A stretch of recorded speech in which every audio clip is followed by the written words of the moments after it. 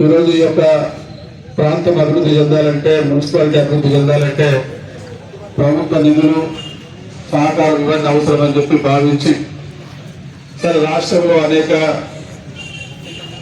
తీరులో వేరు పరిస్థితులు ప్రతి ఉన్నా ఇక్కడ మొదటి నుండి ఎమ్మెల్యే గారికి మనకు సంబంధించి వారు స్వయంగా ఎన్నికలకు ముందు నోటిఫికేషన్ రాకముందే పరిష్కారం చేద్దామని చెప్పి అన్న ఈ సమయాన్ని దృష్టిలో పెట్టుకొని, సరే మనం ఈ ఫలితాలు చూసినాం, మీ అందరికీ తెలుసు.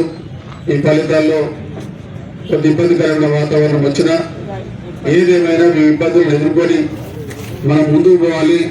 అదే మన లక్ష్యం. ఎందుకంటే కమ్యూనిస్టులతో ఓటమేమి కొత్త కాదు, అదేమి మనకు చేదు కాదు.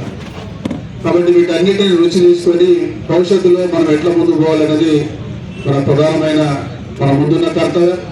అందుకనే ఈరోజు మీ అందరి ముందు ఎవరైతే చైర్పర్సన్ మన చైర్మన్ గారు కొమరయ్య గారిని, వైస్ చైర్మన్ అంబాల శ్రీనివాస్ గారిని, అదేవిధంగా మనకు సంబంధించిన మన పార్టీ ఎవరైతే మన 24వ వార్డు నుండి జ్యోతి శ్రీకాంత్ గారిని మనం సన్మానించుకున్న తర్వాత తదుపరి మన కార్యక్రమం ఎందుకంటే సరసింగరేలో అనేక అంశాలు దాగి ఉన్నాయి. వాటి చాలా రోజుల తర్వాత మనం తెలుగుబాటులు పెట్టుకుంటున్నాం. కాబట్టి ఈ కార్యక్రమం తర్వాత ఒక అరగంట లేకపోతే 30 గంట వాటి కోసం మనం మాట్లాడుకోవాల్సిన పరిస్థితి ఉంటుంది. కాబట్టి కొంత రావాల్సిన వాళ్ళు ఇంకా యాడ్ అయ్యి కొంచెం చైర్స్ ఉంటే మన వాళ్ళు కొంచెం చైర్స్ చేయాల్సిందే కోరుతా ఉన్నాం.